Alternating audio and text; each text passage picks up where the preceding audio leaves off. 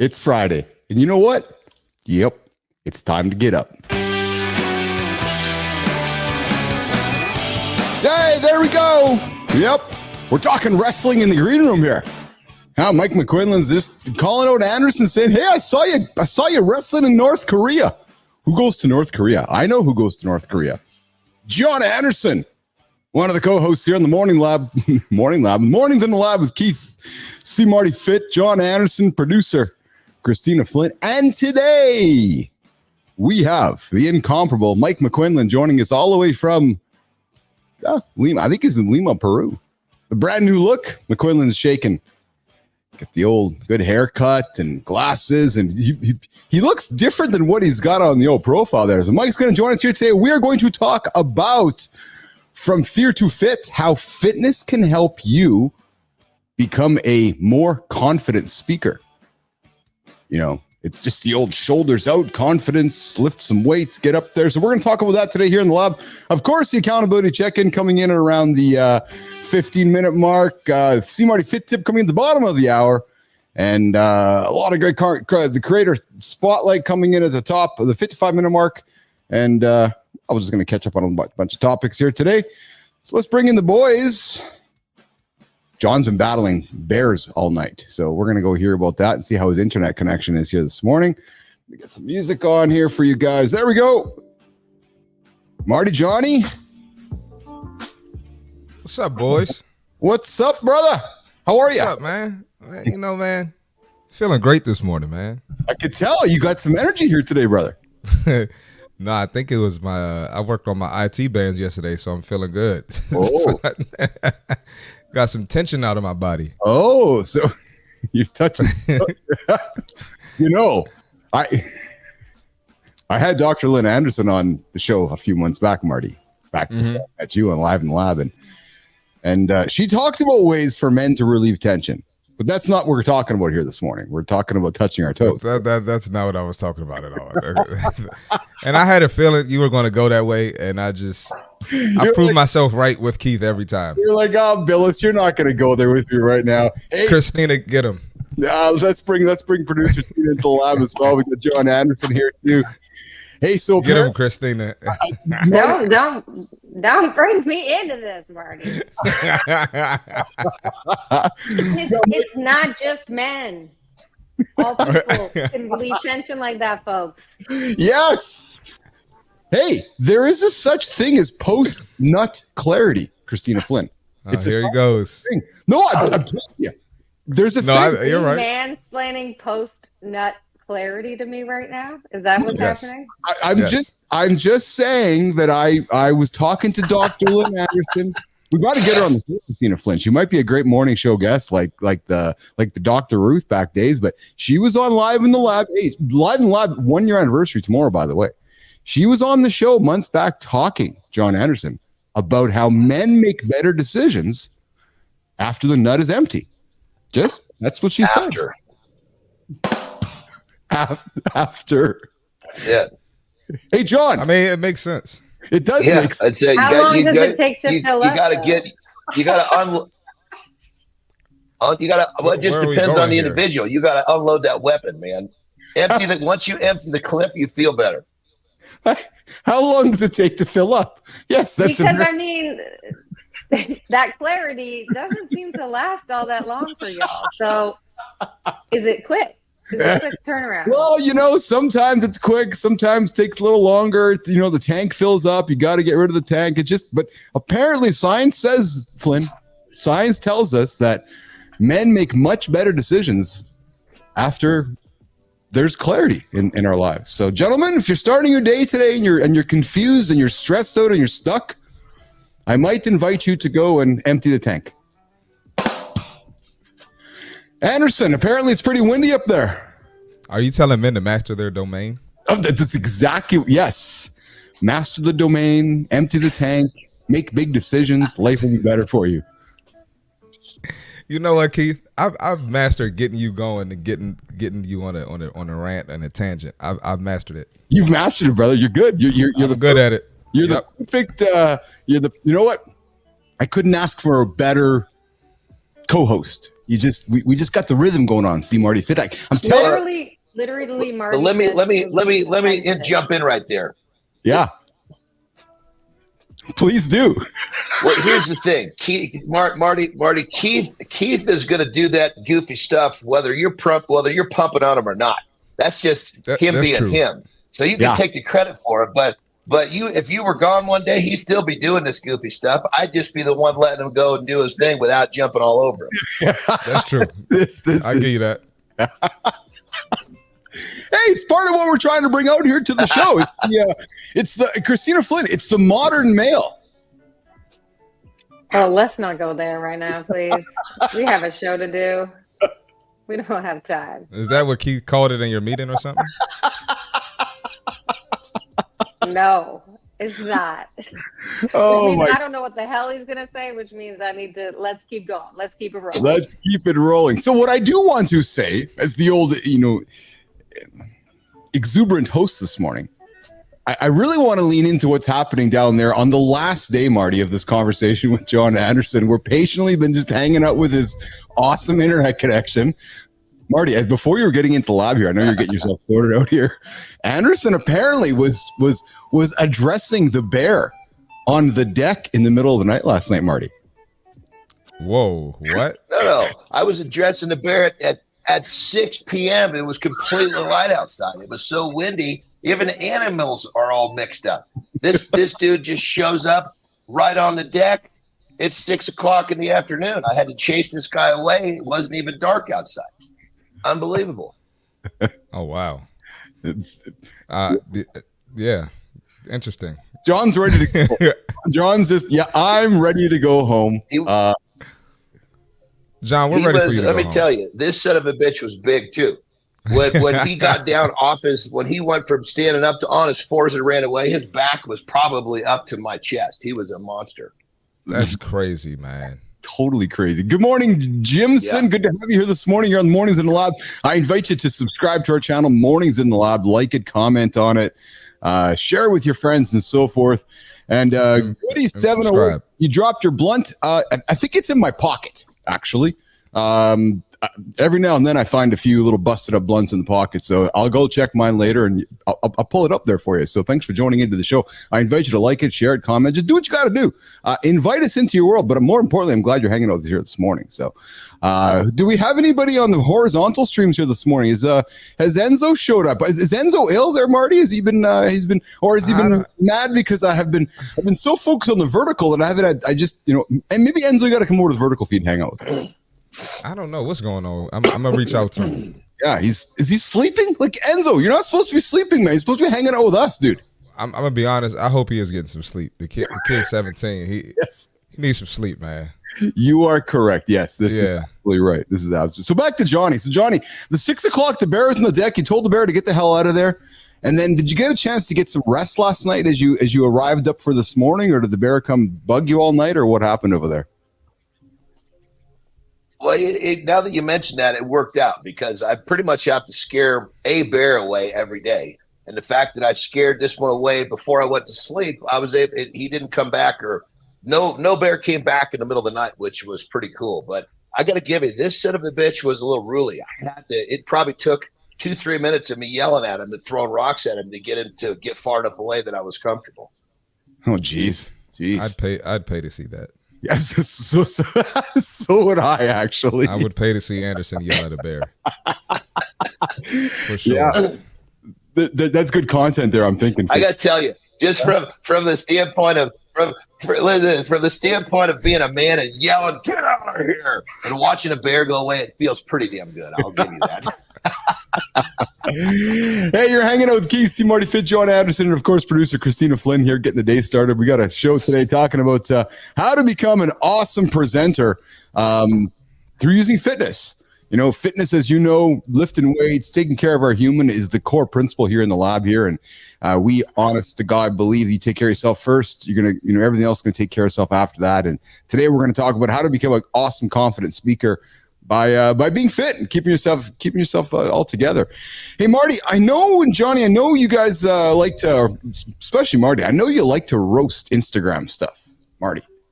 And I think you do an exceptional job of it. You call people out, and I saw something last night, guys doing some, I don't know, some ridiculous pumping. Hold on. That's not, you can't put that stuff on me. That's all Marty. Yeah, I greet everybody with positivity. Yes, Marty's over there. He does his thing, and I got no problem with what he does, but I punch with positivity only. Yes. So listen, you're going to like this. There's Marty, maybe we got to bring this on to the show, Flynn, but there's a new plugin for ChatGPT that roasts Instagram profiles. I saw that. Yeah, so Johnny, you can get the old because Johnny, I know John's an AI expert, and John's very much one of the leading experts in AI and ChatGPT and so forth. So, John, what we might want to do next week is get ChatGPT to roast your Instagram page. Hold on. So funny. we're using this technology that's so powerful to help people's lives, but now we're using it to cause fucking trouble. Excuse my language. Come on, what is wrong with this world?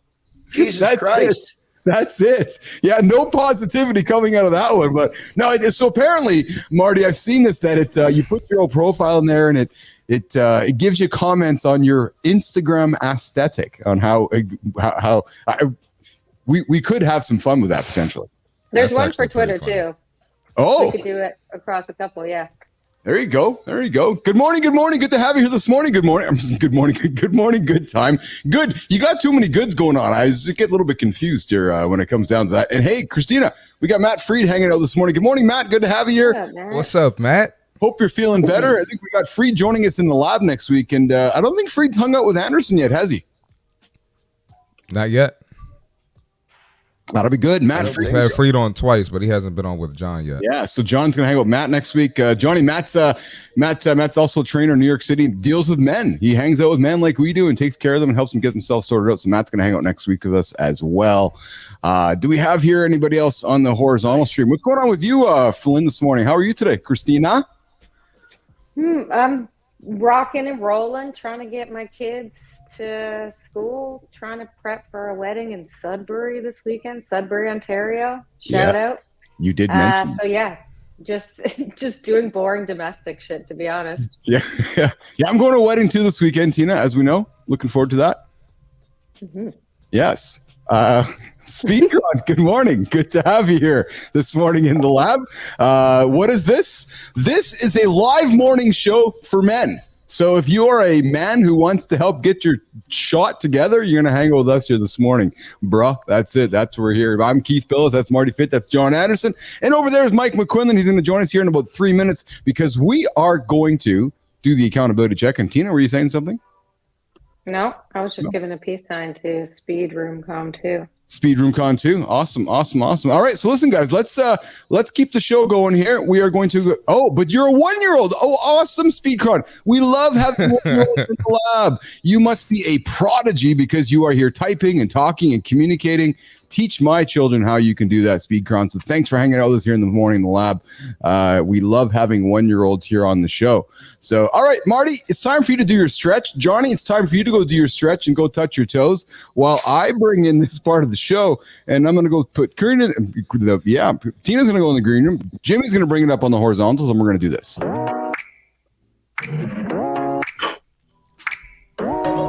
Okay. Let's get that off the stage. Good time.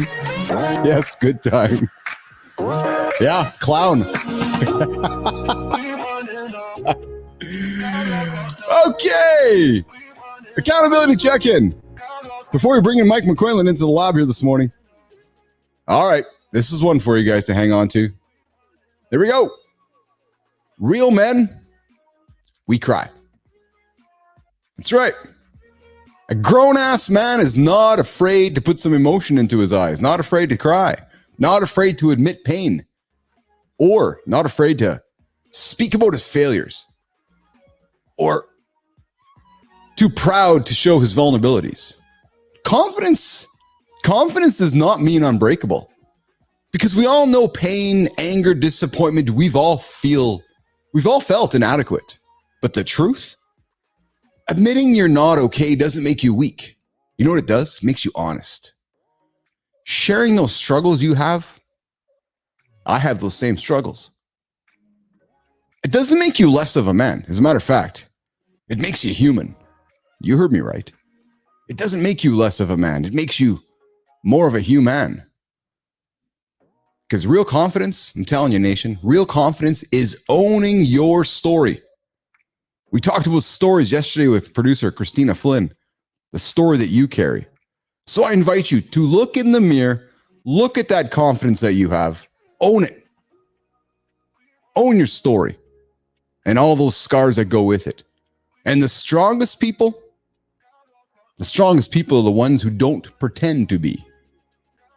There's your accountability check-in. And hey, as you're going through your day today, if you feel like you got to bring some emotion out, bring it. Don't hide it. Accountability check-in every single day around this time, something to get you going, something to provoke a thought in your head to maybe help you be accountable and help you get your ass going. Yeah, speed. Best motivation. True story. All right, producer Flynn, we are going to bring up this guy, Mike McQuinlan. What's going on, Mike McQuinlan?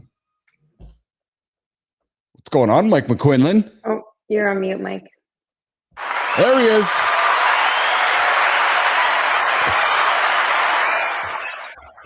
I am live now. Horizontal, vertical. How are we doing? Any echo? You sound and look exceptional, Mike McQuinlan. We have been so used to having you on the feeds, popping in and commenting and engaging with us, and you are now sitting live in the lab with us today. And oh my goodness, are we excited to have you here, pal? How are you, buddy? I'm doing great. First, I want to say hi to Christina on the pre. I was talking to John about pro wrestling. I didn't even get to say hello to Christina. She did all the back work to get me here. So what's up? How you doing? And how's it going? Good to have you. Oh, Awesome. So I'm going to pull Marty up on the stage. I'm going to put Christine in the back here for a little bit. We're going to put Christina back there, and we're going to bring Marty up on the stage, and we're going to do a little bit of intro with Mike McQuinlan. If you've been in the lab with us since the early days, this guy's not a stranger. You've seen him up in the feeds, you've seen him up in the comments.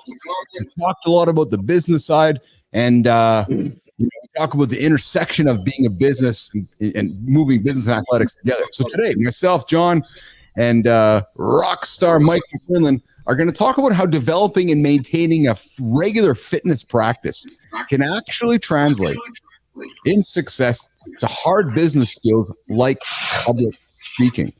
Mike is a public speaker, gets on stage and communicates everything up on stage here. So we're going to get into that big topic today with Mike McQuinlan.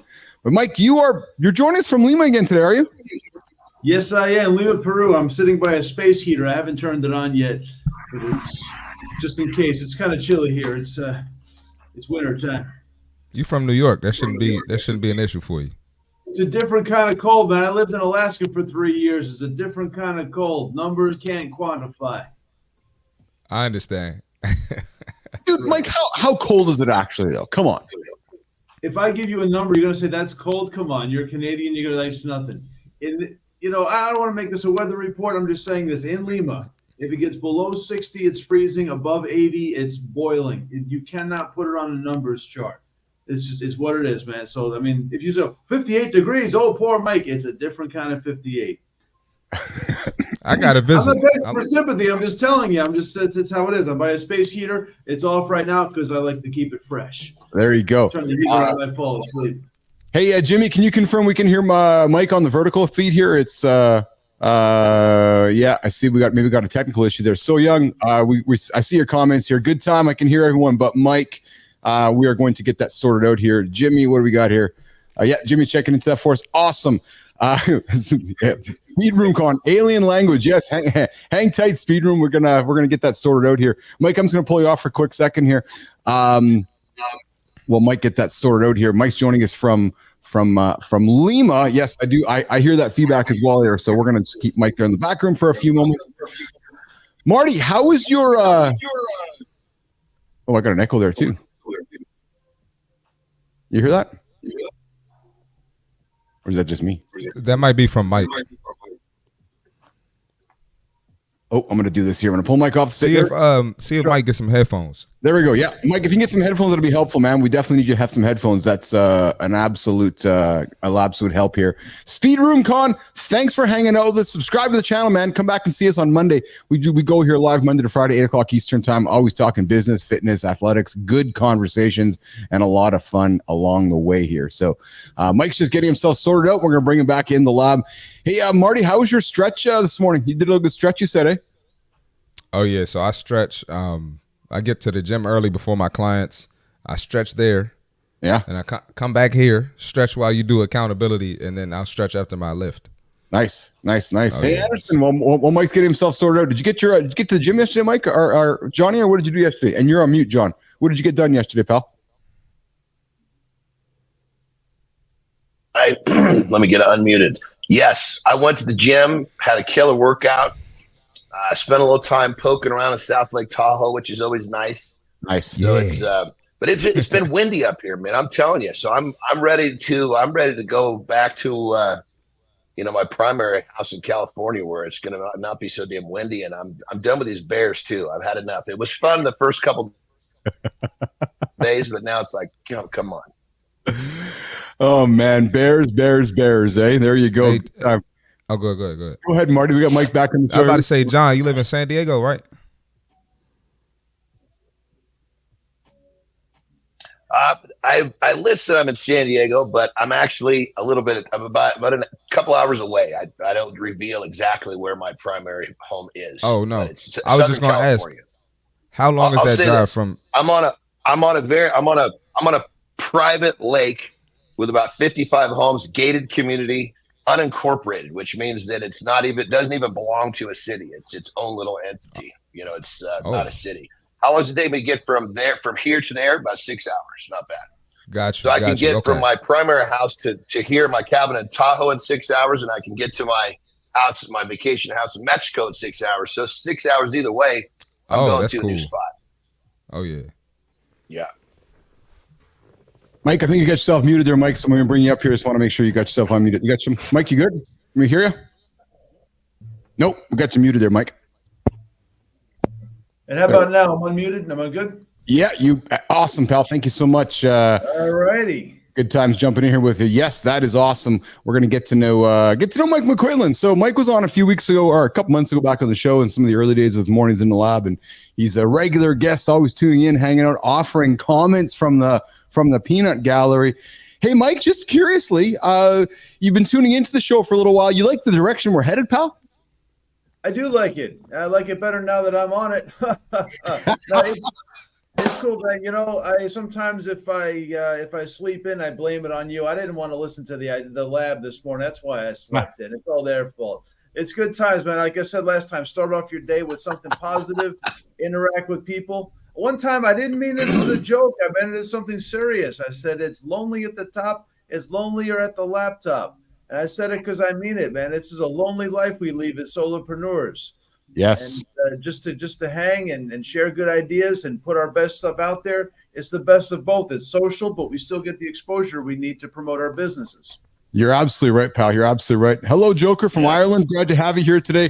Nice to have you here, actually. Thank you for joining Mornings in the Lab with Keith and friends. See Marty Fit, John Anderson, producer Flynn. And of course, our guest today is Mike McQuinlan and Caravaggio. Will this be the last election for a while? Good times there, eh? That's a good one. That's no, Marty. No. Nope. we had a poll yesterday over on our LinkedIn page, and Mike, I don't know if you got a chance to see it, but the poll was which 80s 90s TV character best represents your personal brand. And Mike, you strike me as either MacGyver, Elaine Bennis, Carlton Banks, or Buffy Summers.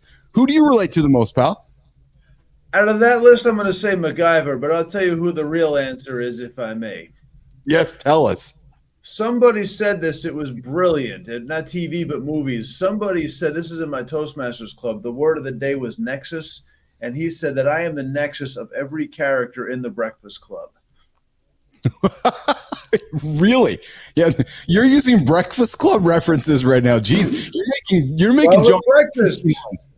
What's that? It's breakfast time. It is breakfast time. It is. So Mike McQuillan's a Marine combat correspondent turned public speaking coach.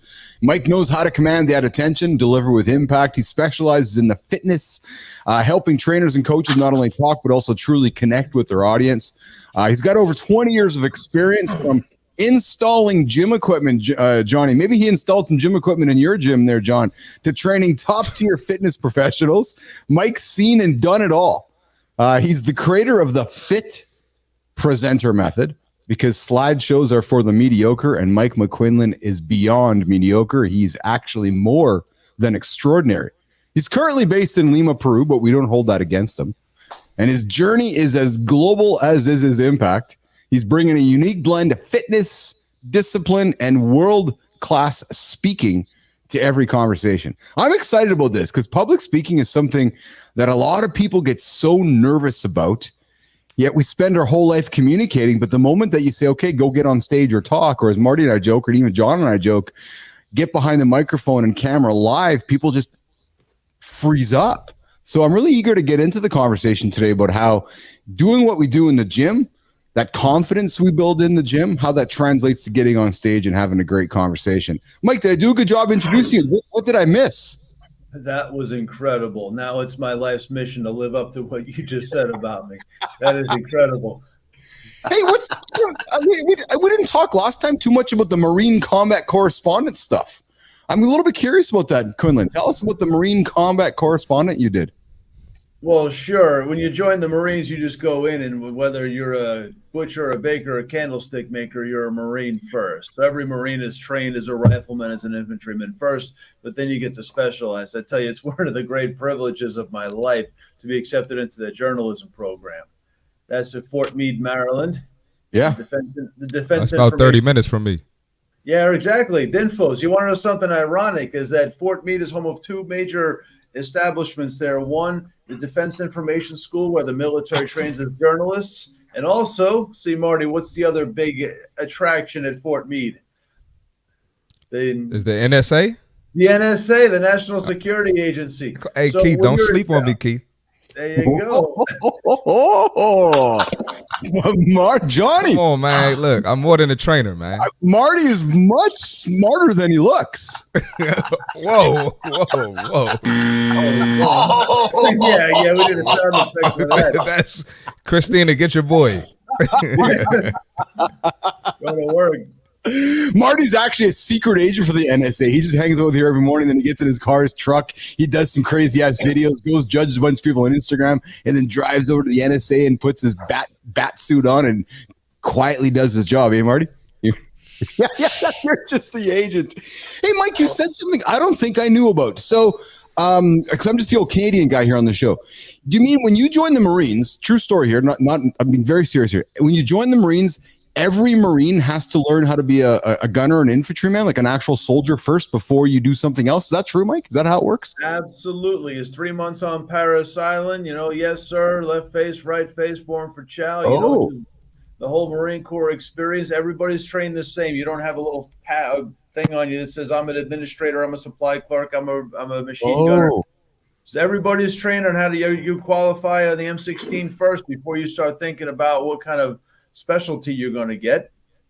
And then from there you go to another, you do your infantry training, you go to the School of Infantry. Okay. And then if you're going to be what they call an O3, which is the infantry field, you go to the longer training, and of course we're always launching barbs at each other. You grunt, you dummy, you pogue, always back and forth. But once that's over, then I went to Fort Meade, and I was there for 6 months to learn journalism, print and broadcast journalism. That's why I got these awesome headphones. Reel to reel, cutting and splicing with the razor blade, doing video. Oh, wow.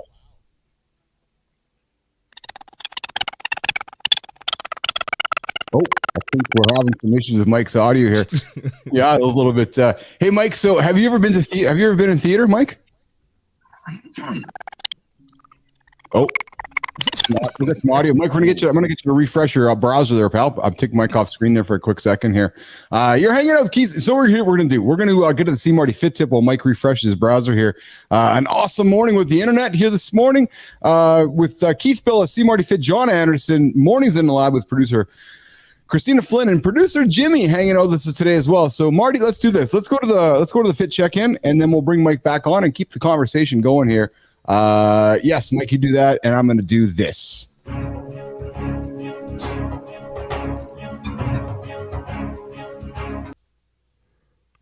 All right, we got the fit tip for today. Let's get into it. All right. Proper form is key to crushing your goals without breaking down your body. Think of it like building a house. A solid foundation is everything. If your form is off, you're not just missing out on gains, you're setting yourself up for injuries that could keep you out of the game for weeks or months. And there's nothing like being out when you can't work out and you want to work out. That's the worst feeling. Here are 7 tips to ensure your proper form in the gym. Number 1, warm up the right way. A 5 to 10 minute warm up targeting the muscles you'll be using prepares your body and mind for the workout. I recommend a dynamic warm up. Get your body moving, get your muscles moving, and you can do some better reps, have some great form. Start with body weight. Before adding weights, master the movement of using just your body. If you can't squat or deadlift with good form using your own body weight, you shouldn't add resistance yet. Use a mirror or record yourself. Check your alignment. In exercises like squats or deadlifts, your knees should track over your toes and your back should stay neutral. Mind-muscle connection. Feel the exercise where it's supposed to work. If you're squatting and feel it more in your lower back than your legs, adjust your stance or your depth. Keep your core tight. For exercises like deadlifts or overhead presses, a tight core protects your spine and helps generate power. Brace like you're about to take a punch. Control the movement. Don't rush. Lower the weight under control. And for example, in a squat, descend slowly. Avoid bouncing at the bottom. Ask for feedback. If you're unsure, ask a trainer or experienced lifter to check your form. A quick correction can make all the difference. That's the fitness tip for today.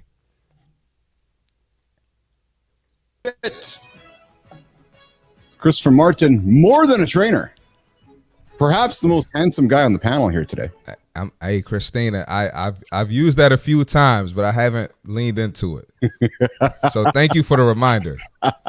You're still brilliant, but I used that before. Love you, Christina. She's going to kill me. There you go. Yes. John Anderson, Keith Bilous, C. Marty Fit, and of course our good friend Mike McQuillan joining us from Lima, Peru, where it's a balmy 100 degrees there in Mike's place. We're here to talk about how to use fitness to be a confident speaker, public speaker. Mike is an expert in public speaking, came from the Marines, was telling us his Marine stories. We're going to get into the main topic here, Johnny. We're going to talk about the connection between physical fitness and mental confidence. And John, you've spent a good part of your career being a performer, either being on stage as a bodybuilder or being in the ring wrestling, and somewhere in your journey, you gained that confidence that Mike's going to talk about today as being a speaker. So, Mike, let's begin this discussion today. Why fitness is crucial for confidence in not only public speaking, but elevating yourself to, doing some of the entertainment performance stuff that John did in his career. Mike. Hey, well, thanks for that. Exercise and fitness and movement. How are we good with audio? Good to go? Fantastic. Thanks, pal. Excellent. Okay. And one of these days we'll have a talk about the audio quality. That's why I love to speak in public. I don't have to worry about all this technology stuff. Your exercise is an extension, is a form of self-expression of who you are. It's no mystery that some people prefer lifting heavy weights, some people like running, some people like yoga. It is an extension of who you are. I've done yoga one time in my life. I still don't know if I liked it or not. I just know I wasn't the same person when I was done for about 3 days. No twitches, no jitters, nothing. I'm like, what if I had left? I'm at this part. That's my thing. It's my jam. And you just have to be an extension of who you are. So the more that you get in touch with how you like to move and how you like to be, the more you know how to express yourself. They're one and the same. Yes, very, very, very, very true. Johnny, we've talked about your journey from little chubby boy with the brown hair, and your journey up to, being on the stages and wrestling and bodybuilding. talk about how fitness was crucial for your confidence when it came to doing public events. Johnny, talk about the early days, about where you leaned into fitness to help with your personal confidence. John Anderson. 100%. I mean, working on my fitness, building my confidence was like it was like the foundation for everything. Not just athletics. It was the foundation for me being confident, going up and shaking someone's hand, looking them in the eye, saying "Nice to meet you." You know, it's almost, for somebody who hasn't really gone through it, it's almost kind of magical. And the fact that when you start to, and it's not just exercise, it's just this magical button. It's the fact that it's a process. And you feel the progress and the growth. And no matter what we're talking about, if you feel progress and growth in any staple of your life, it's going to change who you are. And, you know, everything from first as a pro strongman, then to a pro wrestler, pro bodybuilder. And I don't even think we talked about this, Keith, but I actually have started into speaking as well. So I'm really excited to talk to Mike. You know, I've knocked out a couple of keynotes at 45 minutes, which to me, that's amazing, because I've come from the world of being on stage for 10, 15 minutes in the ring. Now I get to be up there for 45 minutes. It's a rush, and I love it. And trust me when I tell you, one thing I guarantee I do before I speak is I get some exercise. Yes. It's quite incredible, isn't it, Mike? When Marty, when you lift a few weights, you get that blood pumping up on the shoulders and the chest. And just, it's like John said, magic. The chest goes out, shoulders go back. It just gives you a little extra energy to walk on stage, doesn't it, Marty? Mike, to then, you know, speak those words out of your mouth. It's the same as anything else. You got to get your body up to a certain level. Nope, I got to pull Mike down here. Mike, we're having some bad audio issues with you here, pal. We got to figure that out here on your internet there. Marty, I'll throw it to you, pal. So, you know, you've been on your journey, you know, athletics and so forth. Talk about where you've gained confidence doing public speaking coming from the gym and how that's helped you. Yeah, so the thing about confidence, first of all, you get confidence from accomplishing difficult tasks. And the gym is that. You know, it's not easy to go in there and lift. It's easy to say no. It's easy to dodge going up in weight. It's easy to dodge a lot of things in the gym. So that builds your confidence. And the gym carries, the way you carry yourself in the gym, it carries on to other areas in life for most people. And so as far as speaking, you know, even like going up to shake someone's hand, like Johnny just mentioned, I'm more confident, you know, with that pump, with just the way I feel, endorphins released, not feeling stressed out. And it's made me even to the point where it's made me think clearer thoughts, that mental clarity I get. So that's helped me with my speaking as well. And as you can see with my content, I'm not scared to speak, speak my mind or speak publicly. So yeah. Mike, can you unmute yourself there, Mike, before you speak here again, pal? So Mike, talk about the fit presenter method. You know, John himself has spoke about, you know, he's been on stage a couple times here. Talk about the importance of the filter instruct transfer system that you've developed in enhancing speaking skills. I know that John is quite curious about how you teach that. So talk about that filter instruct transfer. Yes.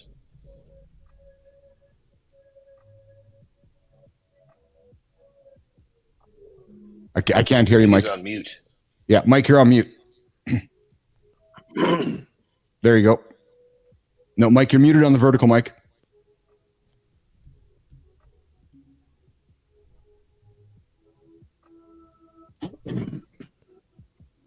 Want to keep trying that there, Mike?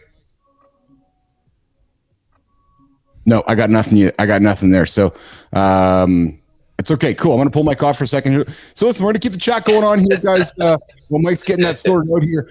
Hey, boys. So I found something I wanted to share with you guys here as we continue our conversation with Mike McQuinlan regarding how fitness can help you be a confident speaker. But boys, as we're continuing that chat, did you know that there's 5 things a great CEO should never do? John Anderson, Marty Fit. I got a quick list here that I want to throw on the table for you guys. Number 1, Johnny, is a great CEO never gets lost in the details. Marty. Can you expound on that, Keith? Yeah. I love that. That's one of my sayings. That's one of my sayings. I love that. Yes. Great CEOs prioritize strategic oversight, Marty. Thinking big, and ensuring that the organization stays aligned with that, and then lets the organization and empowers the organization and empowers the colleagues to fill in the gaps, right? So, a great CEO that is micromanaging is more than likely going to stifle creativity and more than likely going to slow the progress down. So what we might want to do as a great CEO is paint the big vision and then empower those incredibly strong leaders you have around them, and then lead them through the details, not get caught up in the details. Number 2, great CEOs as well is 5 things a great CEO never does, Johnny, is stick with poor decisions.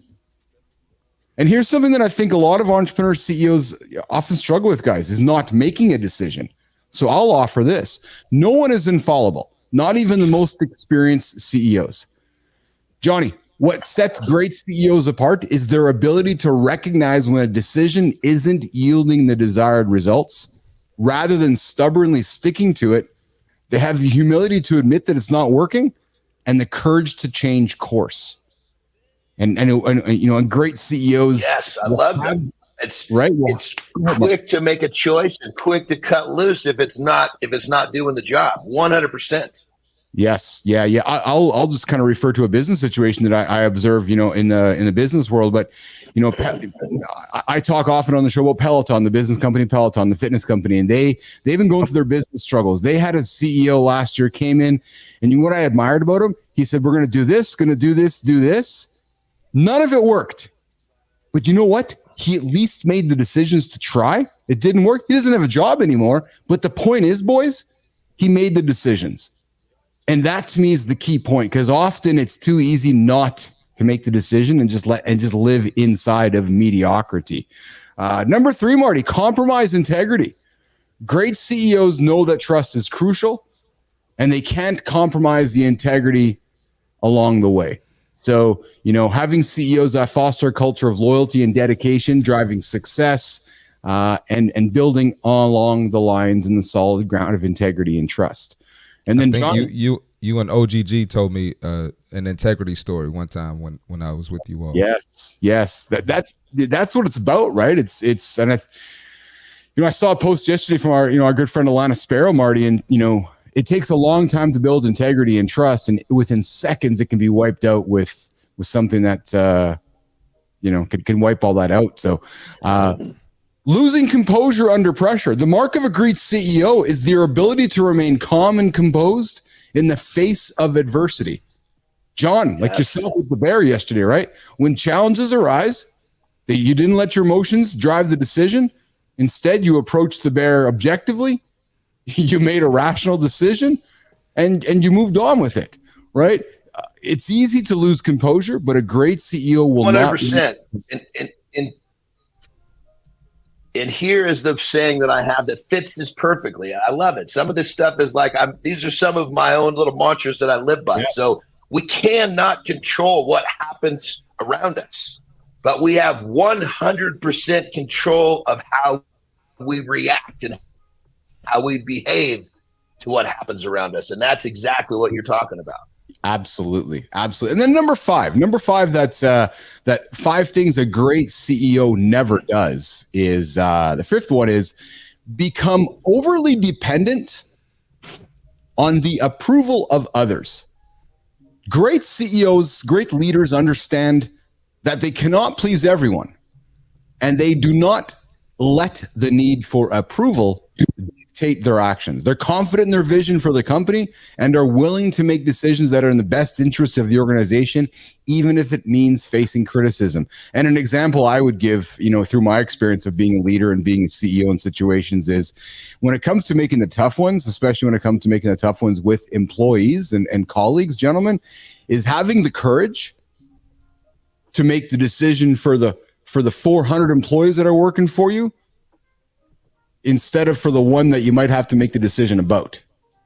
Meaning that if you have to let somebody go, or if you have to make a change in the organization, what you're really doing is you're saying, I got to make a decision for the whole company, not about this one human there. And that's sometimes a challenge because often we're like, well, I don't want to affect Marty, so I'm just going to not deal with Marty. Yet you're letting the other 400 people down in your organization. You really got to make those decisions what's best for everybody.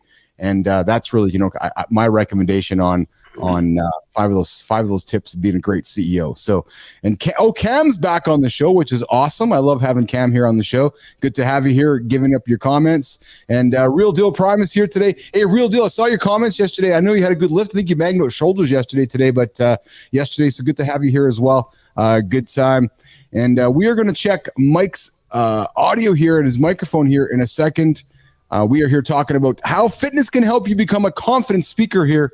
Mornings in the Lab with Keith C. Marty Fit, John Anderson, and of course, our guest, Mike McQuinlan. Where's Mike here? Let's bring him back up here. There he is. That's Mike. Mike, you good there, bud? Nope.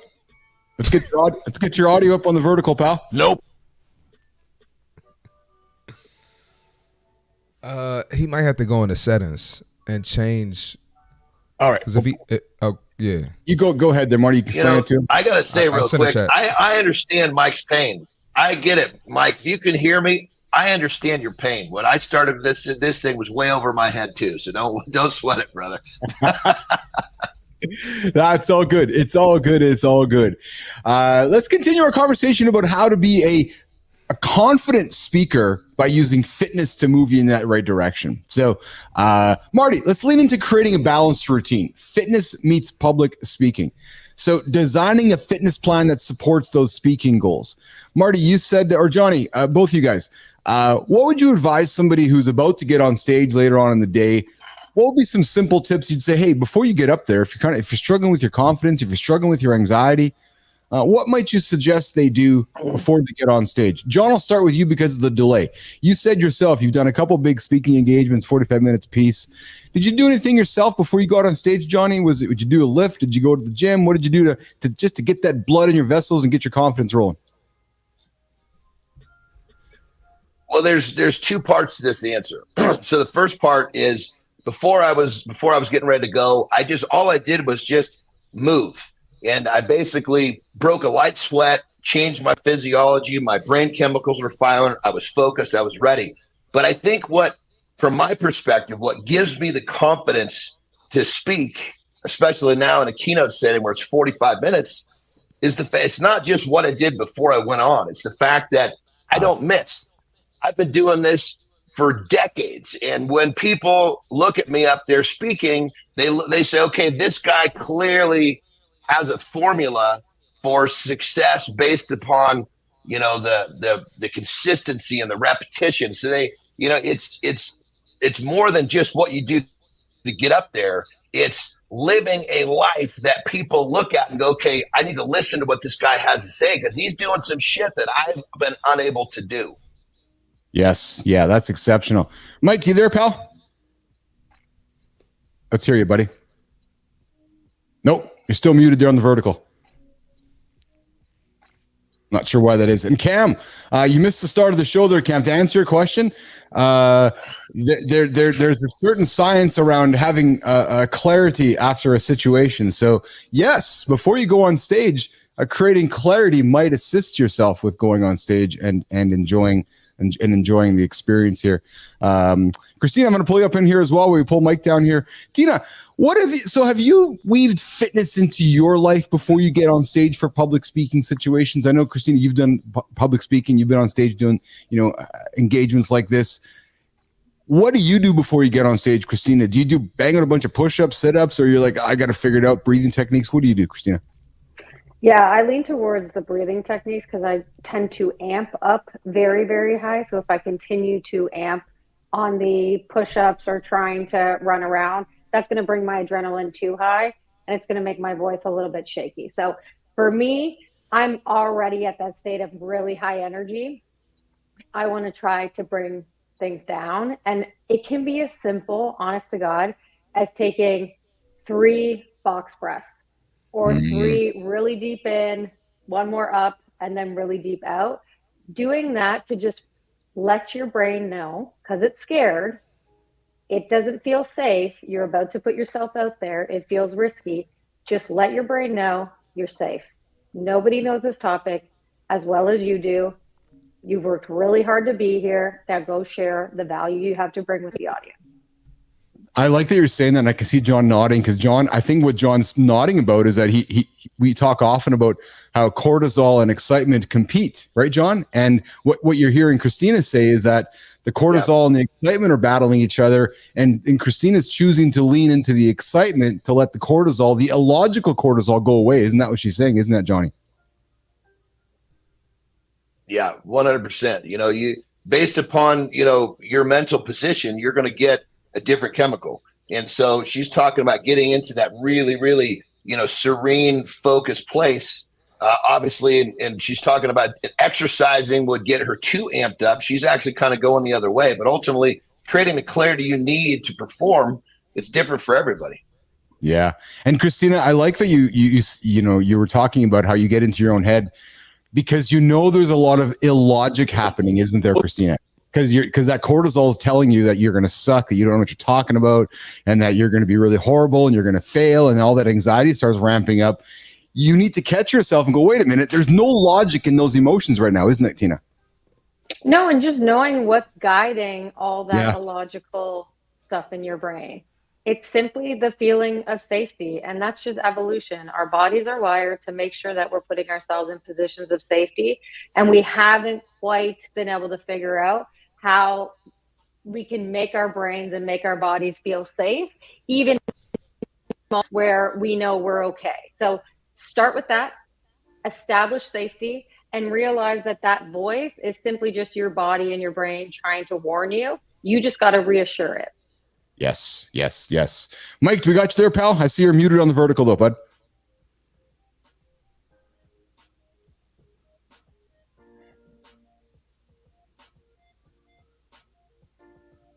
Nope, I can't wait to hear Mike speak, man. I hope he gets this thing worked out.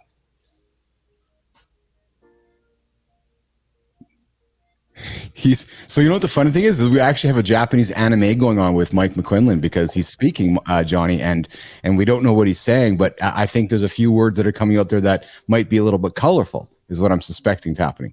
No, Mike can't hear that at all, pal. No, we got no audio. If we don't get this technical stuff worked out, we got to bring him back, because this is exciting stuff. I can't wait to hear his topic.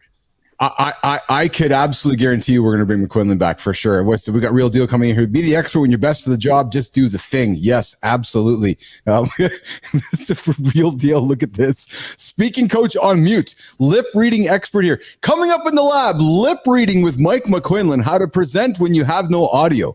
Mike is an expert in teaching us how to read lips, so that if you get onto a stage and you have no audio, Mike will teach you how to enunciate and clearly. It's like lip sync in a music video, nation. You get up there and you just you spit out the words, and next thing you know, off you go there. So let's continue our chat about rest and recovery in speaking. So we know that lifting some weights and getting into the gym gets the endorphins going and get the dopamine. Can I add one thing? I ain't get to add anything. Yeah. I was just going to say real quickly, just do something that you like. Okay, so if it's not weights, it might be Pilates, it might be a stretch, or a breathing exercise like Christina did. I just wanted to add that in there. No, please do, Marty. Yeah, absolutely. So let's lean into the rest and recovery part, Marty. So getting that proper rest and recovery before that morning speaking engagement as well.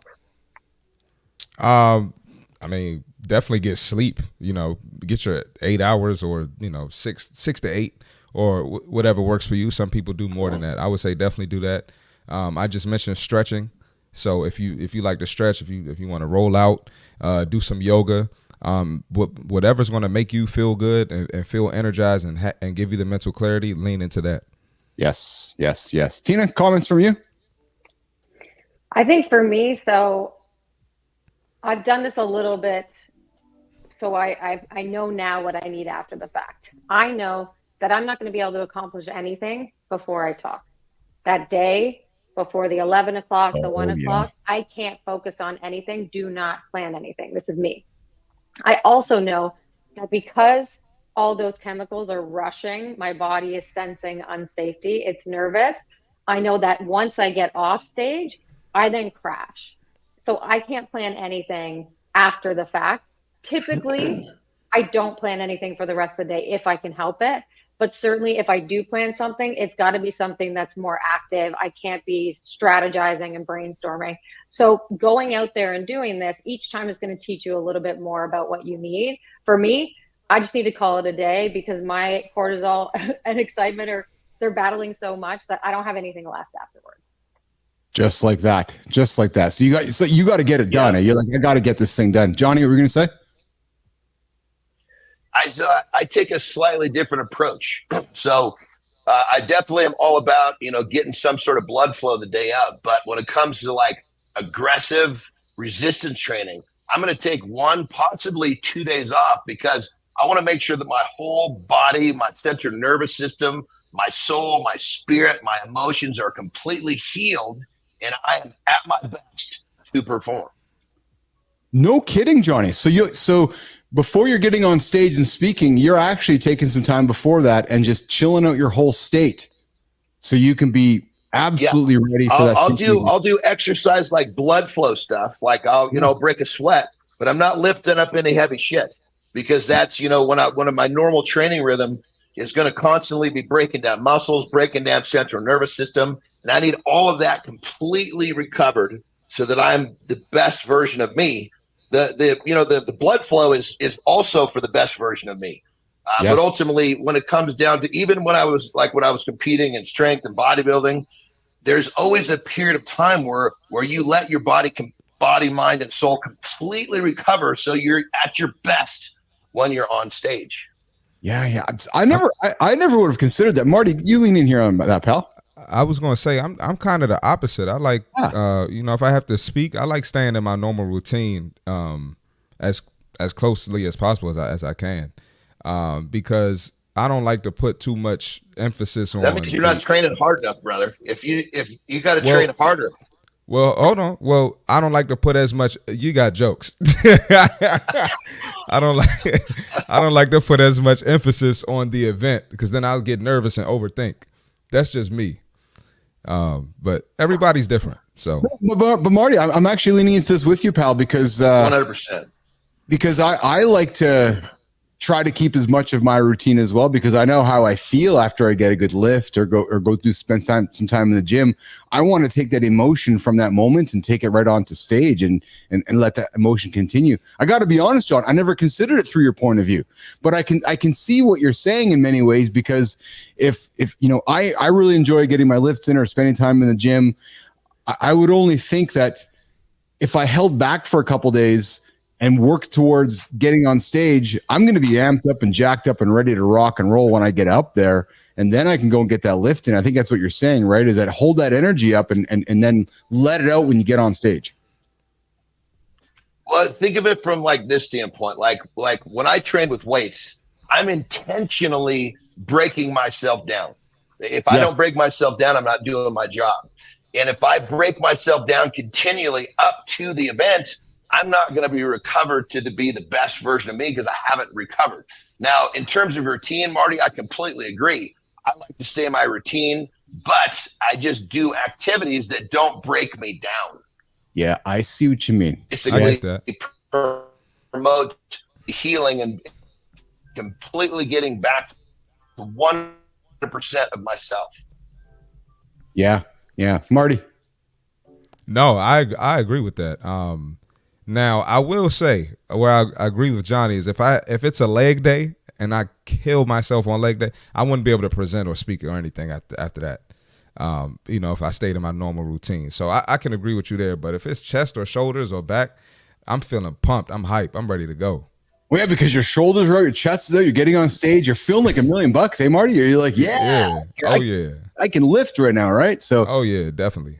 Yeah, Mike, you good? Nope. Nope. Oh my God, Mike, you've been here twice. You got this to work before. Yeah, absolutely. He has 100%. Yeah, we'll get it sorted. Nope. We have Lauren popping in with a comment as well. Good to have you up there, baby. Interesting. Her comment was, I'm with John, taking today and tomorrow's recovery days for my big event tomorrow. I want to physically feel as rested as possible. Lauren's speaking at a wedding tomorrow, Marty, so she's taking some time. Let's go. Yeah, exactly. She's actually marrying the folks. She's going to be the officiator. Are you serious? Yeah. So she's carrying the license there tomorrow to go sign some people up and say, hey, congratulations, they're married people. I'm That's married. what's up. That's pretty interesting. Lauren has many talents. She does. It's pretty cool, man. Yeah, it's cool. It's absolutely cool. So she's going to take some time to get herself ready for that, for that speaking engagement tomorrow, and not spend any time or spend less time training for that. So, Mike, you good there, pal? No, I'm wondering if it's actually an internet connection problem with Mike there. I'm not sure what that is, but I'm just going to pull Mike off here for a second here. So, yes, Lauren, the marriage commissioner, is a new title for her world these days, Marty. Okay, we're going to continue the conversation about how fitness can help you be a confident speaker. Let's get into the contrarian side of it. Can confidence? So listen, the reality is we all believe this one thing, but let's talk about the other side of it. Let's attempt to talk about the other side of it. And the other side is some people would say that you don't need to spend any time in the gym or any time, worrying about your fitness for public speaking. Some would say that it's the mental preparation is all you need to be a confident speaker. Marty, want to lean into that? Can you see that?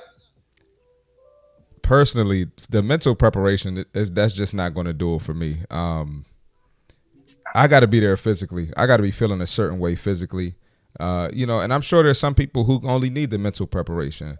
But, me being active, being an athlete my whole life, and just feeling better when I move, like I mentioned even in the fit tip, if I'm hurt or I can't move my body how I want to, I'm done mentally. I can't focus. I don't feel like myself. I don't feel as energized. I'm not as confident. So for me, I can't just focus on the mental. I got to get some physical movement in. That's just me. Yeah, I'm the same. What about you, Johnny? I think what we got to do is we need to help everybody understand what we're talking about, just to make sure. We're talking about getting on stage physically with a live audience, not filming a video for social media.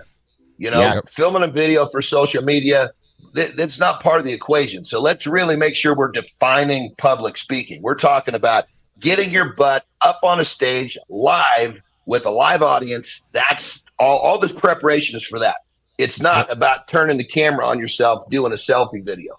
So that being said, it's a very, very different setup, because as a live performance, you're not just speaking. You're speaking through your language, your body language. You're speaking through your voice. You're speaking. I mean, you're giving off an aura, and that's what makes that live performance go well, when you're able to draw those people in with how you're communicating. So I just want to make sure everybody understands this is not filming yourself for social media we're talking about here.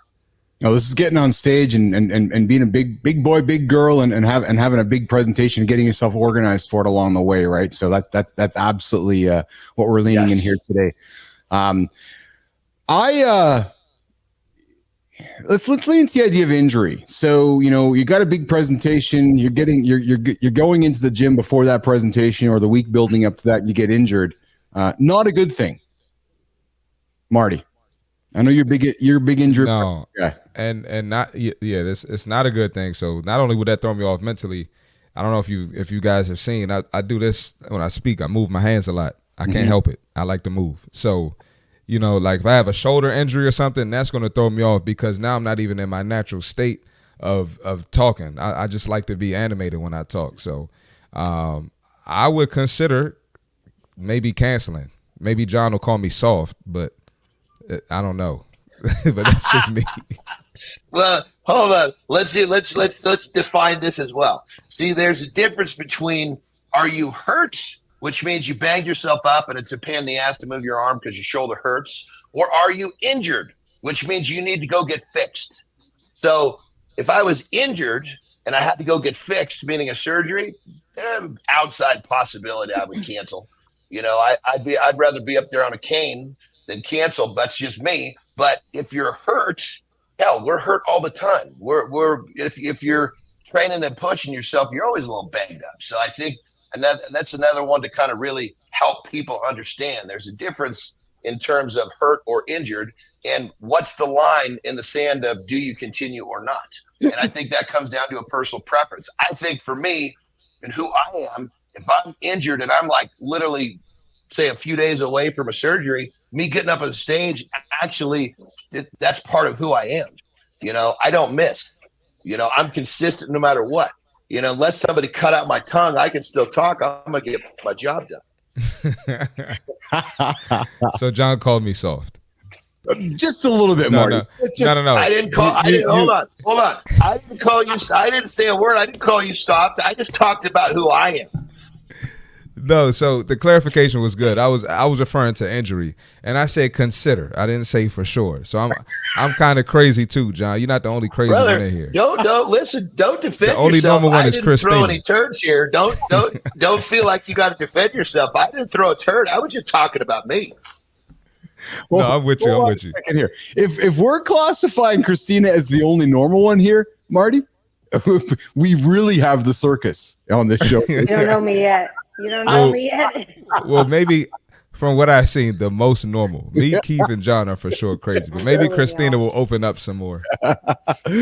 Oh man, Cam, Marty and John have great chemistry. Yes, absolutely they do. This is part of the fun. Hey, you're tuned into Mornings in the Lab with Keith, C. Marty Fit, John Anderson, producer. Really, Cam? Christina Flynn, and our guest Mike McQuinlan over in Lima. Yes, we're going to try to bring him up here again. Mike, I just saw that comment. Well, if it's who's the, well, I got to know if that's the case. Who's pitching and who's catching?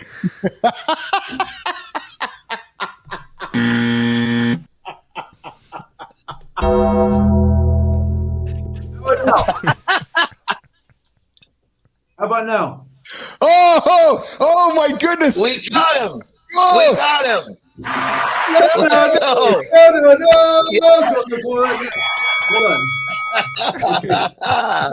The show's almost over, and Mike McQuinlan now joins us. Mornings in the Lab. The worst thing about this whole thing, I've been listening to you mispronounce my last name for the last hour. It's driving me cookie bonkers. It's McQuillan. There's no N in the middle of that.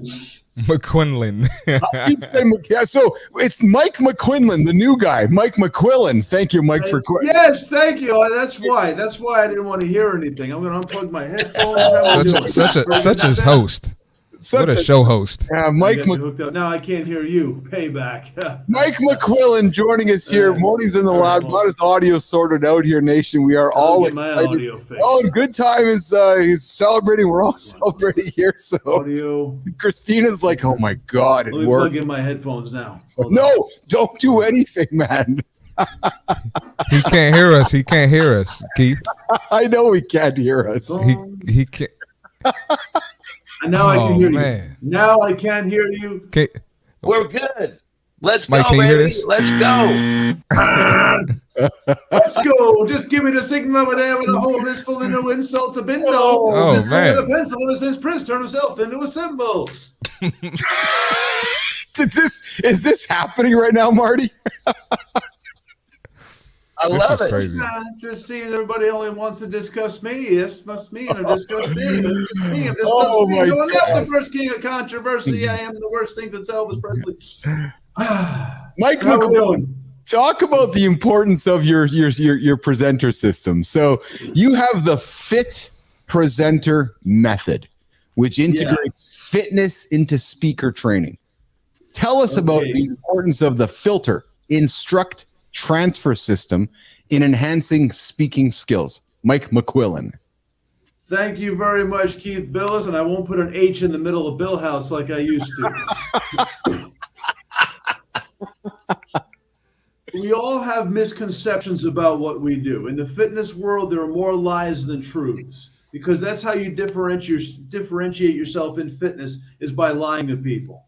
Because if we get in the gym, my bicep curls are going to be the same as C. Marty's bicep curls. Okay, John's push-ups are going to be the same as my push-ups. So the way a lot of people differentiate themselves is by making shit up, and they come up with all science. So we all had and we learn from these misconceptions. We learn from these lies.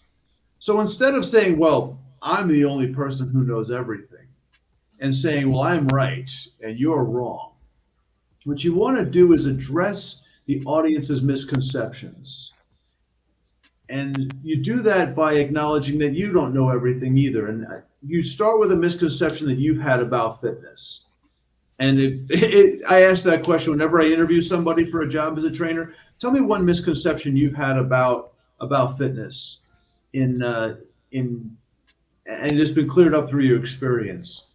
And you won't believe how many people are not willing to answer that question. Misconceptions being, oh, I've always been right. I don't trust people who claim to know everything. So when you get up and speak, it helps to put out a misconception. I used to believe that golf was a zero impact sport. It's a light stick, it's a small ball. How bad can it be? It's not professional wrestling. How bad can it be? Until a client of mine came in, twisted up, saying, "Hi, Mike, what happened to you?" Golf. When you bring that learning experience, your learning experience onto the stage with you, that allows the audience to be vulnerable. Then you can call out some of the things that they might believe that are not true. And where does filter come from? There is a grain of truth within the myth. So filter is to filter their misconceptions from their background knowledge. Show respect to what they already know. So rather than say, this is one of the things that drives me nuts as a speaker. I'm glad I'm a little agitated talking about this. When people say everything you've been taught is wrong, or forget everything you know. Well, if I forget everything I know, why am I listening to you? A better strategy is to acknowledge that they bring a certain background knowledge with them, but they also are likely to have misconceptions. So the F in the FIT system is to filter their misconceptions from their background knowledge. Show them that even when they're wrong, they're still right about something. That's the filter. As for instruct with stories and examples. So many people think that storytelling is kind of a deviation from the lesson.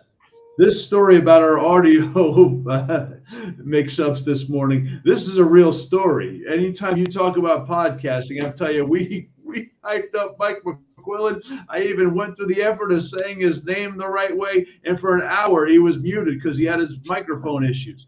That's a story, and it's a lesson. Instruct with stories and examples. As long as that story has a lesson within it, and well, we'll get to the T in a minute. As long as there's something teachable in that story, that is the lesson. Okay, I go nuts when I see people, next slide, next slide, next slide. Oh, that reminds me of this one story. And you see the audience get excited and say, oh, but let's get back to the presentation. No, the story is the presentation. And that's the I, to instruct with stories and examples. And the T is to transfer the lesson. Give them a carry-out message. If I tell you stories, and this one time in boot camp, you're not going to remember the whole story. So you make sure you package that up into a phrase that's 10 words or less so that they can actually repeat what you say. Because if you don't, they're going to distort your story and they're going to say, yeah, John talked about hunting bears in North Korea or something. They're going to distort your story.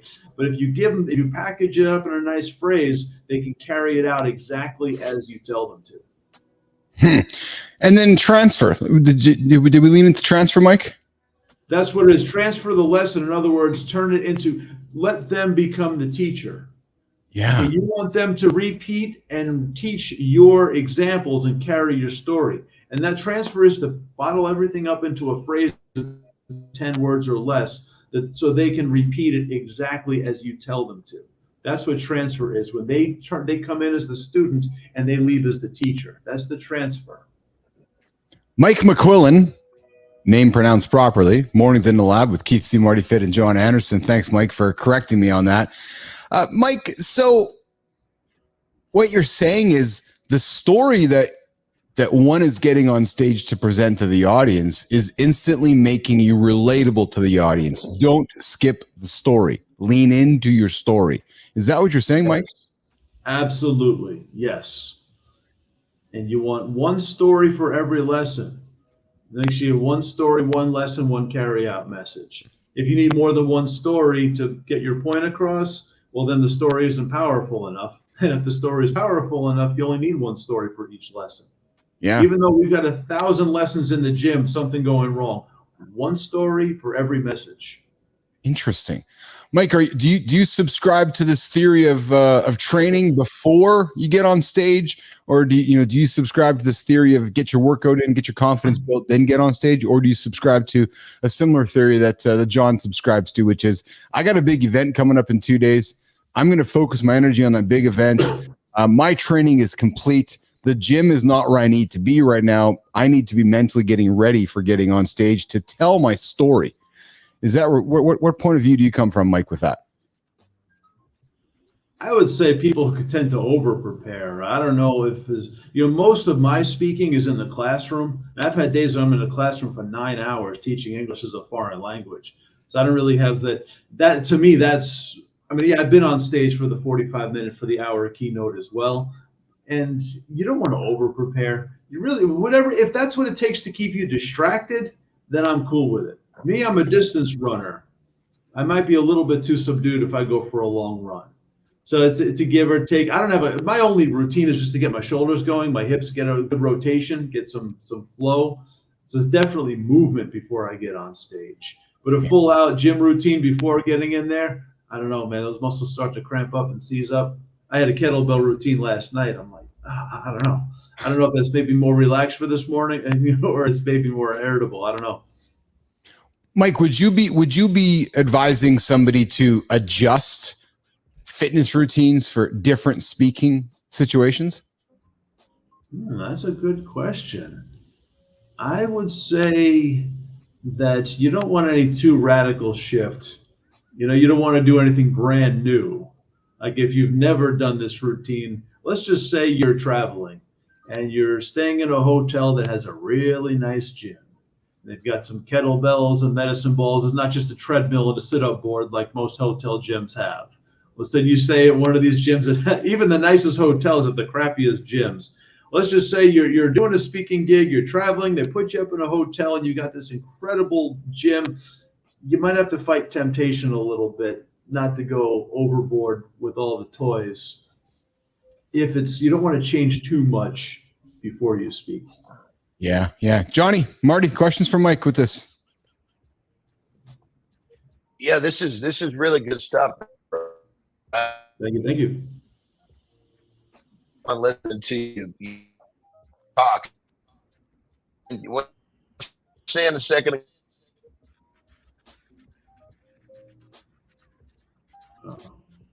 I feel your pain, John. I think we're losing John there. Yeah. Okay. Hey, Marty, question from you. I got one for Mike. You got one, Marty? Yeah. So somebody who they have a speaking engagement or a live speaking event, and let's say they're super nervous. Would you encourage them to work out? Would you encourage them to try that to maybe break out of that nervousness, give them some mental clarity or anything like that? Here's what I have to say about nervousness. First off, being nervous is the best thing about public speaking. Think about how many people have no reason to be nervous about anything their entire lives. One of the reasons why people are so nervous is because they don't know what to say. If you said, Mike, we're going to have a talk about quantum physics, go. I get nervous, not because I'm afraid to speak, because I don't know what to say. So if that workout stimulates ideas on what to say, and I get a lot of my best ideas. I bring a notebook to the gym with me. So if I get any kooky ideas when the adrenaline starts going, I write it down. I do that too. I use the note app though. I'm a little younger than you. You millennials, I tell you. I'm old school, man. I got pen and paper. But either way, you get some ideas, write it down. It might not make sense when you get. So if it stimulates ideas, I say absolutely. As far as being nervous, I want to give you a little hack on being nervous when you speak. And this is, you want to use your anxiety as an asset. So if you know when you get up there, oh my God, then tell a story where you are genuinely afraid in the story. where you as a character are afraid. You're going skydiving. You're going to face Kim Jong-un and you're wrestling, or something's going wrong. You're fighting a bear or something's going wrong. The more nervous you are in the story, you can say, yeah, so I'm at the edge of the plane and they're like, okay, 10 seconds to jump. And I don't know. If you're legitimately afraid while you're telling that story, it's a better story. You don't want to see, there I was at the edge of the cliff, and boy, was I nervous. That's really good advice, Mike. I never considered that because, when the way you started the conversation of tell stories because people want to relate to your story. Well, if you're scared shitless, tell the folks that you're scared shitless, and here's the story I'm telling. And what you're saying is more than likely that audience is going to lean in and relate to you, aren't they, Mike? An audience will forgive a nervous speaker. They won't forgive an arrogant speaker. They will forgive a nervous speaker as long as you're well prepared. I can tell you a story. What got me started in this journey was a wrestler, I'm not going to say who it is, a college wrestler. It wasn't Dan Gable, but somebody's very good. That's all I'm going to say, a big name. And he spoke at the awards banquet when I was in high school. And his opening line was, guys, I'm not a very good public speaker. No, that's not okay. You got to show some confidence even if you're nervous. So tell a story about being nervous. And say, this kind of reminds me of the time I had to go wrestle a kid, and I was 14 years old and real skinny. This kid had muscles and chest hair and tattoos and a pretty girlfriend. And, you're afraid when it happened, bring it on stage with you. As your confidence picks up in the story, your confidence picks up as you speak, your audience will feed in, you'll feed off your audience, and then you'll forget all about it. So in light of the technical difficulties we've had here, Mike, this morning, that is an exceptional piece of advice. And I want to lean into that because so many people are scared to get on stage. And what we're essentially telling them is, yes, embrace that. Get on stage. Tell the audience that you're scared because everybody in the audience is probably scared too because they're nervous too going, I got to get on stage. So with you admitting it, we now have a connection, Mike, because I'm like, okay, well, Mike's telling me he's nervous. I'm going to lean into his story. And I've immediately lowered the bar on my expectations for you too as the speaker, haven't I, Mike? Well, let me say that. Now, you don't want to start off with, oh my God, I'm so nervous. But you want to convey the feeling. So even if your voice is you want to get past it. You want to instill confidence in your audience. Yes.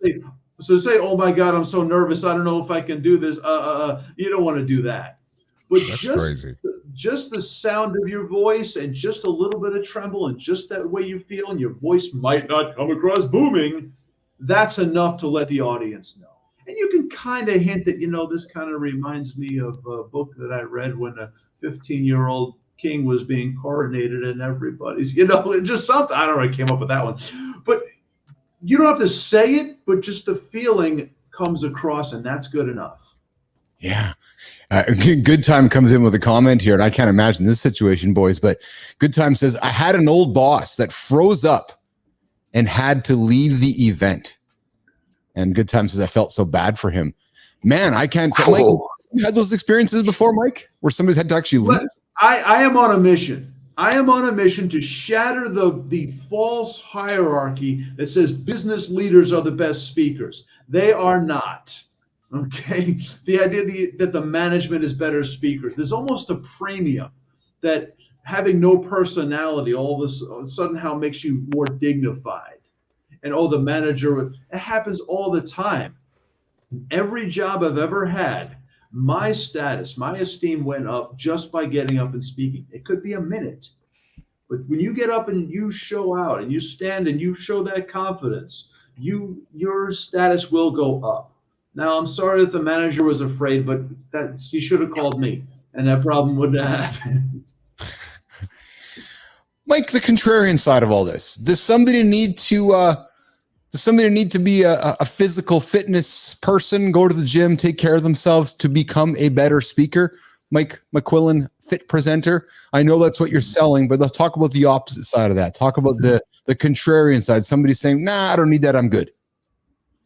Well, everybody has their own process, and you don't want to upstage your audience. You want them to live through your presentation. So no matter what you do, you don't want to come across as, listen, we're all fitness people, and we all have our credentials. We all have plenty of stuff we can brag about. No matter what it is, put your own greatness. And you talked about this yesterday with just different certifications and different things you both. Don't ever let that be a boasting point. But no matter what you do, you want to be healthy. I mean, there's so many ways people are destroying themselves physically. That's it. You do want to have a good. Let me think about that. You want to be fit in everything you do, but you don't have to be a ripped, super duper athlete to be a great speaker. In fact, that's my next venture, is working with student athletes for exactly that reason. They're not automatic, but I encourage fitness in everything you do. Lean into that.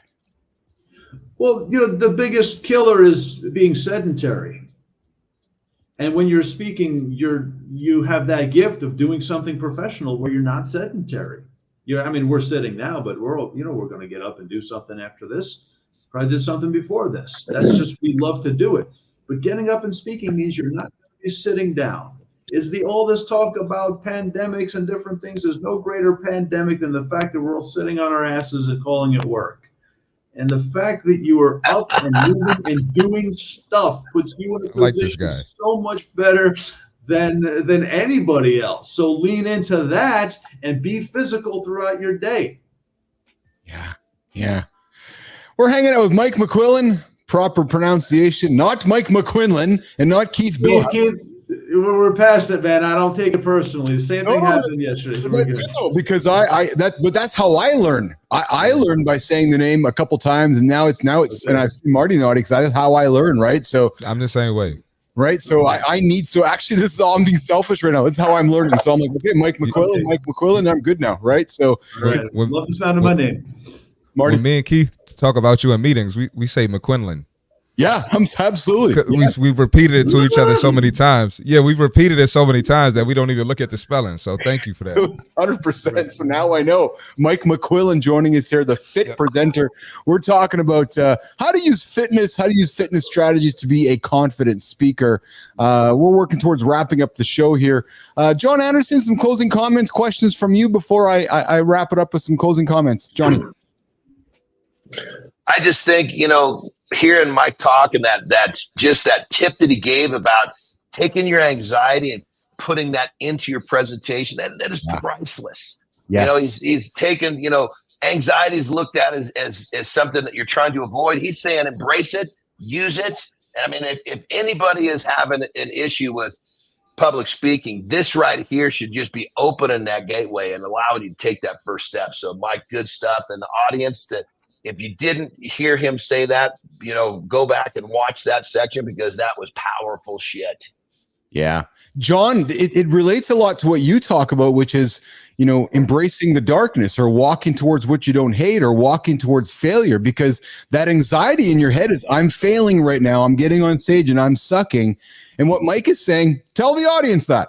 Tell the audience that you're scared right now and your fear of failure and that you're going to work yourself through it and weave that into your story. And immediately that audience's barrier is going to come down. Their walls are going to come down. They're probably going to open their arms. They're going to lean into you more. That's exceptional advice, Mike, this morning. Well, thank you. Absolutely. Marty, comments from you, pal, before we wrap her up. Yeah, no, definitely. Everything Johnny said, and just, being transparent about your anxiety, being transparent about being nervous. And what I thought about there was that makes sense because someone in the crowd probably has the same issue. So exactly. You dropped a lot of gems, and the biggest takeaway for me was the biggest pandemic is sitting on our ass and calling it work. I love that right there. That's you gotta clip that one up, Keith. You gotta clip that up. That's so true. We had McQuillan here for the 90 minutes, and we had an exceptional 30 some odd minutes with Mike once we got the audio working. So and he dropped some good nuggets there as well, which is awesome. Bettina, we're here to wrap it up, and before we wrap up the show, boys and girls, I want to take a minute and try a little something new here today to reflect. Marty, Johnny, we had a big week, man, and express some gratitude and some thanks for those that showed up on the show this week. Man, to say that I'm proud of the conversations we've had here today would be an understatement. We've shared a lot of great information this week. We had a big 2-hour show on Wednesday. Caliber of guests were awesome. Some badass shows all week, guys. Before we get out of here, let's just do a quick review. So Monday, if you haven't tuned in all week, guys, Monday, we did a show called Embracing Mondays, How to Love the First Day of the Week. We kicked off that show because I know as we're going into the weekend, not John isn't going to the weekend. Monday through Fridays through Sundays, all the same for Anderson, and we try to preach that here in the lab. But if you do subscribe to weekends and you do subscribe to Mondays, the Monday show gave you some tips on how to get through Mondays. So I would encourage you to go and lean into that. Hey, McQuillan, did you hear the show we had on Tuesday with Brian Inge, the Side Hustle's Guide to Success? I think actually, Mike, you were part of the show. Actually, I think you were in the comments there. Marty. Yeah, so Brian joined us on the show on Marty on Tuesday talking about the side hustle entrepreneurs. That was a great show as well. I remember that conversation with Brian. Hey, Marty? Oh yeah, that was a good one, man. He loved it. He wants to come back. Yeah, we'll get Brian back here as well. Wednesday we had two guests, Nation. On Wednesday we had Jenny Suka joining us. The good, the bad, the surprising of being an entrepreneur. Jenny is over there in Albania from North America. A mom, an entrepreneur, a beast, the GOAT, doing a lot of great things, giving nobody a reason, John Anderson, to be lazy. And then, of course, we wound up that show on Wednesday with the funny guy, Jeff Hatton, the personal brand entrepreneur, and he's doing a bunch of great stuff on LinkedIn. Yesterday, we got to know producer Flynn, doing some personal branding stuff. And then today, of course, we had Mike McQuillan talking about how to be a confident speaker when you're getting on stage using fitness principles, mental health strategy principles. And most importantly, what we learned from Mike was embrace your anxiety as you're getting on stage and weave that into your story. Love that tip, Mike. But that was the week of shows. Marty, favorite show for you all week, pal? I mean, come on, I gotta go with my guy Brian. That's one of my childhood friends. That's my big bro. So definitely 100%. Definitely happy for him. Johnny, favorite show for you this week, pal? I'm going to go with this one right here. Even though we had a lot of technical difficulties, the stuff that Mike brought to the table was powerful shit. Yeah. And I'm excited to have him back where we can actually have more conversations that are problem free. Yes. So I'll lean into that last comment. I can assure you we're going to have McQuillan back. He's a guest of the show, friend of the show. We'll have him back often. So, Mike, we're going to get you back to continue the conversation. For me, was two things. I really enjoyed yesterday's show. Yesterday's show had a lot of energy, had a good pace. We had a lot of good information, a lot of good nuggets. But I also very much enjoyed the last 30 minutes of this. Mike, I can't tell you how much I really lean into that comment. I enjoy public speaking. I have no problem getting on stage. I don't have much anxiety when I get up there on stage, but I love what you just shared, because I know when I get up there, there's people in that audience that are nervous going, I could never do that. So I'm going to use that for my technique next time if I get on stage anytime soon to say, hey, if I'm feeling nervous, I'm going to share that with the audience. That's some really great advice. Christina, producer Flynn, your favorite show of the week? I love Jenny, man. Like in terms of inspiration, a mom of three. She's traveling the world with her family. She's working with her husband. She's coding. She's creative. She's making jewelry. Like, the woman is doing a lot of things and can be an inspiration for a lot of people. Yes. And Mike McQuillan, I know you've been hanging out all week, pal. I know you're in the feeds. I know you jump in, you jump out. You're a busy guy, and I certainly don't expect you to spend as much time with us as you do. Very, very grateful for that. But did you have any, other than our conversation today, Mike, anything pop out, on your radar from the week, or even last week, or any time recently, Mike? You're like, yeah, I like that guest. I like that show. Well, yesterday was cool. I listened to a lot of it yesterday. It was a really good conversation. You get to know people on a human level. Yeah. I enjoyed Monday was cool. I enjoyed Monday because Mondays. I mentioned Boomtown Rats because the song I don't like Mondays. Yes. But I don't know what to talk about what this song is about, but I actually like Mondays, so I was really excited. So I love the fact that this is a high energy way to start the day off. Morning radio is usually so miserable on the actual radio. Yes. People complaining about traffic and complaining about politics. And morning, and TV is worse. So this is how you start your day off. I appreciate that, Mike. So, Mike, are you a Monday guy then? Do you run towards Mondays? Like, I love Mondays. Is that you, Mike? Sunday's actually a stressful day for me. So, I mean, again, you had the whole conversation about that. That's when I send my MailChimp out, and it's always behind schedule. So Yeah. I got to get that MailChimp out on Sunday. Damn it. Then, but the thing is, my wife and I spend a lot of time together on the weekend. So Monday, it's just like, this is what life should be. And it's, so I actually enjoy, not like I want the weekend to be over with, but if I have a good weekend, Monday is just a very soft landing into something productive. That's awesome. Mike, I'm a fan, man. I'm a fan of you. I'm a fan. I'm exceptionally grateful for your support of the show. You have been a fan of our show since day one, and I can't say enough how grateful I am for that. As much, Marty, John, and Tina, how grateful I also am for Cam's participation in our show today. Cam, you are an awesome guest commenter. I love that you spend time with us in the commenting feeds. I love the energy you put into your words. I love the thoughtful sentences that you string together to educate and to entertain us. So, Cam, I invite you to come back on Monday. I hope you'll spend the weekend thinking about what you can then throw at us on Monday and communicate, because this is golden, Cam. So I invite He's going to do some research on us now. It's awesome. I know it's awesome. So Cam's Cam's get personal. Yeah. So Cam's going to come back on Monday and throw some zingers. And we make Cam cry. That's awesome. But the thing is, the fact that Cam is choosing to spend time with us is what makes me extremely happy. So Cam, thank you for that. Thank you to So Young. Thank you for everybody else that showed up in the feeds here today. Manny, Good Time. Who else we got here? Lauren popped in as well. Real Deal popped in as well. Hey, Real Deal, if you're still listening in, I want to know what you're doing for your lift today. LW Fragrance. I appreciate you joining in as well. Who else we got here? The Joker from Ireland joined us as well. Caravaggio joined us as well, wondering what was going on over there. And of course, Speed Rom joined us as well. Guys, Matthew Freed joined us as well. We're gonna head out of here. I got a busy weekend coming up. Johnny, you're heading back to the homestead. When are you getting in the car and heading back? You heading out today, tomorrow, Sunday? When are you heading back, pal?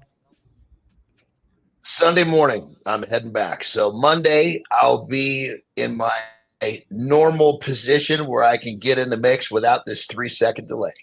Nice. Let's go. Exceptional. It's been a lot of fun. It's been absolutely fun hearing the bear stories, and we'll look forward to hearing those on Monday as well.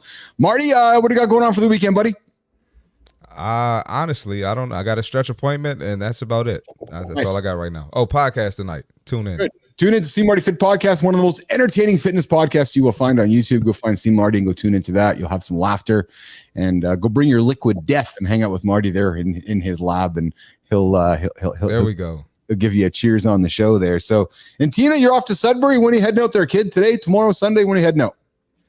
Today, heading out there for the weekend. We'll be back on late Monday. Nice. Safe travels. Safe travels. And I myself am heading out to some wedding stuff as well. Going to escort my beautiful, lovely Lauren, and she's a marriage commissioner this weekend. So that's going to be a lot of fun. And McQuillan, you're hanging out with your wife this weekend. What do you got going on, pal? This weekend, I'm recording. Listen, I've got this really exciting project, Speaking Skills for Student Athletes, and we've got this NIL online boot camp, and I'm making a video for that, Speaking Skills for Student Athletes. The wife is going to be busy the first half of the day, so I'm going to get a lot of recording in, make sure my microphone works, because on my system, my microphone works all the time. So I'm going to be recording in the morning, then writing out that awesome MailChimp. So get on the mailing list and contact me. You want to know how to do that, so you get your tips for Sunday morning, get your day started off, the week started off the right way. Yes, and how can Business Athlete Nation find you, Mike McQuillan? Fitpresenter.com. That's fit with a dash, fit-presenter.com. Awesome blog material, and check out the blog, and also find me on LinkedIn. Yes. And you know, Mike, I'd love to have you come back and talk about what you just talked about, what you're putting together for those NIL students, for those name, image, likeness college athletes, and I'd love to hear about that actually. Yeah, I'd Me love too. to talk about that, and also the importance of speaking for fitness professionals. You know, we talk fitness to help you in speaking. Now, speaking to help you in the fitness industry is also an awesome topic. Let's do that. We'll bring Mike back for that conversation in the coming weeks. Bring Mike McQuillan back in the lab to keep the dialogue happening. Former Marine guy, former journalist. Now he's out there teaching people how to speak and help live better, more productive lives. Mike McQuillan, thanks for joining us, pal. You guys are awesome. Thank you so much. Thank you so much. Business Athlete Nation, you guys have a great weekend. We'll see you on Monday, 8 o'clock Eastern time. Like, comment, subscribe, share. The show continues on Monday. Come find our channel, Mornings in the Lab. Come subscribe to it and have a good time. All right. Cam, we'll see you on Monday. Nation, we'll see you guys Monday. Johnny, Marty, Mike, Christina, we'll see you guys. Have a good one, Nation. Ciao.